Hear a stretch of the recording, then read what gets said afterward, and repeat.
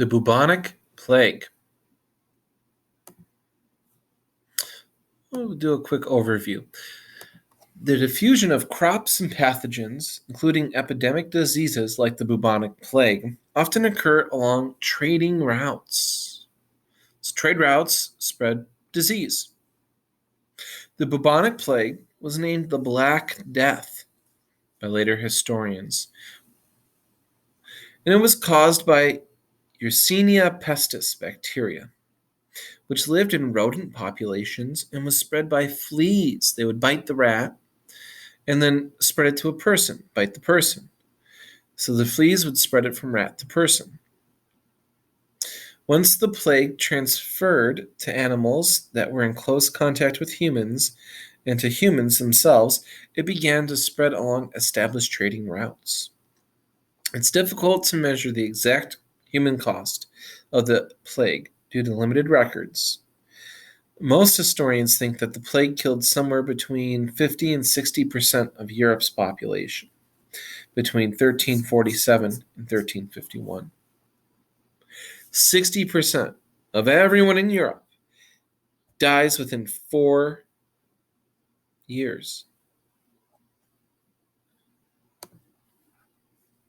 The spread of disease and trade went hand in hand, and no event illustrates this relationship better than the outbreak of bubonic plague in the mid-14th century, and even more commonly known today as the Black Death. In a passage from his book titled The Decameron, Florence, Italy, resident Giovanni Boccaccio described the Black Death, which reached Florence in 1348.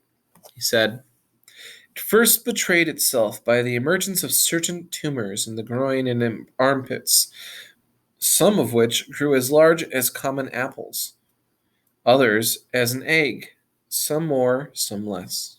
From the two said parts of the body, thus deadly bubo soon began to propagate and spread itself in all directions indifferently, after which the form of a malady began to change. Black spots were livid, making their appearance, in many cases on the arm or the thigh or elsewhere, now few and large, then minute and numerous." Historians and epidemiologists are confident that the Black Death originated in East Central Asia, in China today, which raises the question, how did the plague make it to Europe? To understand how the plague spread, we need to understand how the disease transmits, along with the broader economic and political context that made its spread possible. The bacterium that caused the bubonic plague is called Yersinia pestis. It can survive in rodent populations and is spread to other mammals, including humans, through flea bites. The point of origin for the Black Death was most likely a population of marmots, which are small prairie dog-like rodents in China. Marmots generally avoid contact with humans, but rats will readily come in contact with both marmot and human population. Rats also carry fleas, making them an ideal vehicle, from the perspective of the plague, at least, for spreading the bubonic plague. The plague caused an epidemic in China in the 1330s and again in 1350s, causing tens of millions of deaths.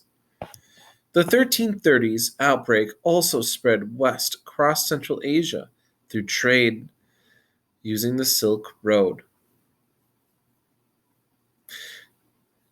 Historian William McNeill argued that caravanserai, rest stops for traders, caravanserai,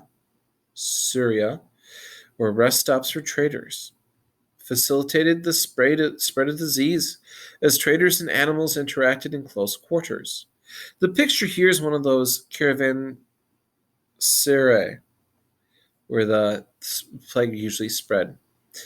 The proximity provided new hosts for disease, who then carried it to new locations, repeating the process of introducing and spreading the plague along overland trade routes. So here's the inside of these caravanserai. Um, Notice how close everybody is. Those holes in the wall are where they would have been staying, not more than a couple feet away from each other. If one person has the plague in here, you bet by morning everyone will have the plague. And they did. And the plague spread. Note how much the trade routes are used to spread. So it goes port to port. By the 1300s, several Italian city-states had established trade relations throughout the Mediterranean and Black Seas. The Genoese had successful colonies at the city of Kaffa on the Crimea Peninsula, which they held with the permission of the Mongol rulers of the region. In 1344, disagreements between the Genoese and the Mongols led to conflict. In 1346, the plague reached the Mongol soldiers, who were besieging the city of Kaffa. Stories from the period tell us that the plague devastated the Mongol army, forcing it to give up the siege. Some of these stories also include a more gruesome detail. The Mongols catapulted dead bodies of soldiers who died of the plague into the city. Whether the Mongols intended to spread the disease, and whether the story is even true, is not clear. What is clear is that some residents of Kaffa were infected with the plague. The plague continued to travel through Asia, eventually hitting major cities such as Baghdad and Constantinople. From there, it traveled to Alexandria in Egypt, Damascus in Syria, and down the Red Sea to Mecca. From there, it almost certainly entered the Indian Ocean trade networks. Plague also traveled with Genoese merchants back to Italy, first to the port of Messina in 1347, and then north through Europe over the next several years.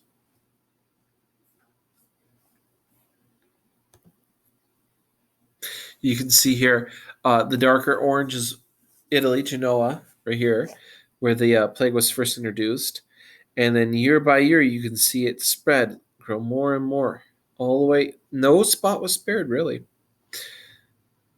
It was all done because of trade routes. So, most in depth studies of Black Death focus on Europe, but this is a result of the available source material and what historians have chosen to study rather than any major differences in its severity or impact between Europe and Asia. After all, Europe had a smaller population than China. In terms of death, it is likely the plague did more damage in China. Given the large volume of trade in the Indian Ocean, it's not surprising to find accounts that hint at the plague spreading throughout the Middle East and South Asia at this time also. Although the lack of clear records makes it hard to be precise, historians generally estimate that the Black Death killed about 30 to 60% of Europe's population in just 4 years. However, death rates varied from place to place. Some areas saw mortality of 80% or higher, while other places remained almost untouched by the disease. Whatever the actual numbers, the massive loss of population, both human and animal, had major economic consequences. Those cities hit with the plague shrank, leading to a decrease in demand for goods and services and reduced productive capacity. As laborers became more scarce, they were able to demand higher wages. This had several major effects. 4 that I want to go over. Firstly, serfdom began to disappear as peasants had better opportunities to sell their labor. So this brought about the end of serfdom. Secondly, high labor costs caused landowners to look for more efficient and profitable ways to use their land and resources, such as increasing livestock production and payments of rent and money rather than rent and labor. A third change is high labor costs also caused governments to impose price controls on wages. But these efforts were often unsuccessful and sometimes met with rebellion. Lastly, the fear and confusion caused by the plague sometimes led to violence, in part because of a lack of medical knowledge regarding the plague. Jews, Romani, lepers, and other religious and cultural minorities were blamed for causing this disease and became targets of attack. Now, they didn't cause the disease, but people wanted someone to blame.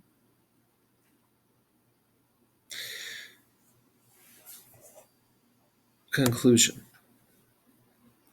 Although today we understand the medical aspects of the plague in ways that 14th century people could not, as historians we consider how the people who lived through it understood it and what impact it had on their actions. From the broader perspective of world history, the real takeaway from the Black Death is how the vast interconnected trading networks that existed at this time made the spread of a disease like plague possible in the first place, and how it dramatically altered the local communities it infected.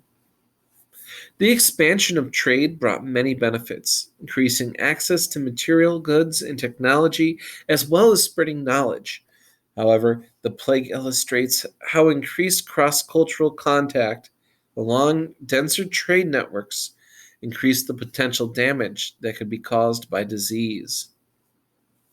It was not a coincidence that the plague outbreak in the mid 14th century did more damage than the outbreak in the mid 6th century. Rather, the greater devastation occurred because the world in the 14th century was more connected through trade. So, what do you think? Why might expanded trade have made disease more dangerous?